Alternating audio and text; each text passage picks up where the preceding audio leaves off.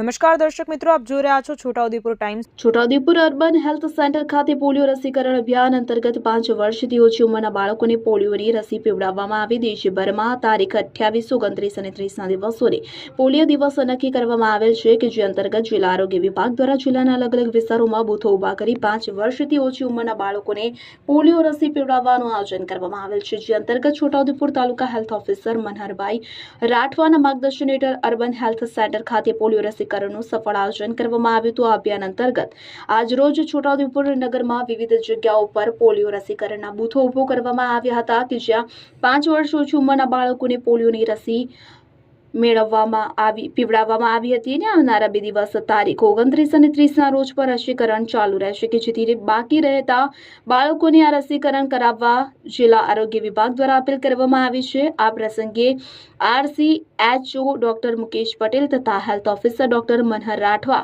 Urban medical officer doctor Sejal Rathwa, taluka supervisor PK Parmar, taluka malaria supervisor Kalpeshbhai, urban supervisor Rajubhai Rathwa તેમજ urban health સેન્ટરના કર્મચારીઓ ઉપસ્થિત રહ્યા હતા।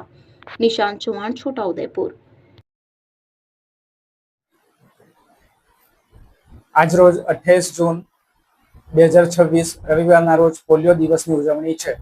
ટોટલ જિલ્લામાં 619 બૂથો છે અને અંદાજિત 1,22,000 બાળકો કે જેમની ઉંમર 0 થી 5 વર્ષની છે એમને પોલિયોના 2 ટીપા પીવડાવવામાં આવશે। આજે રવિવારના દિવસે બૂથ એક્ટિવિટી રહેશે, બૂથ પર પોલિયો પીવડાવવામાં આવશે અને 29 અને 30 તારીખે હાઉસ ટુ હાઉસ એટલે કે ઘરે ઘરે જઈને દરેક 0 થી 5 વર્ષના બાળકોને પોલિયો પીવડાવવામાં આવશે।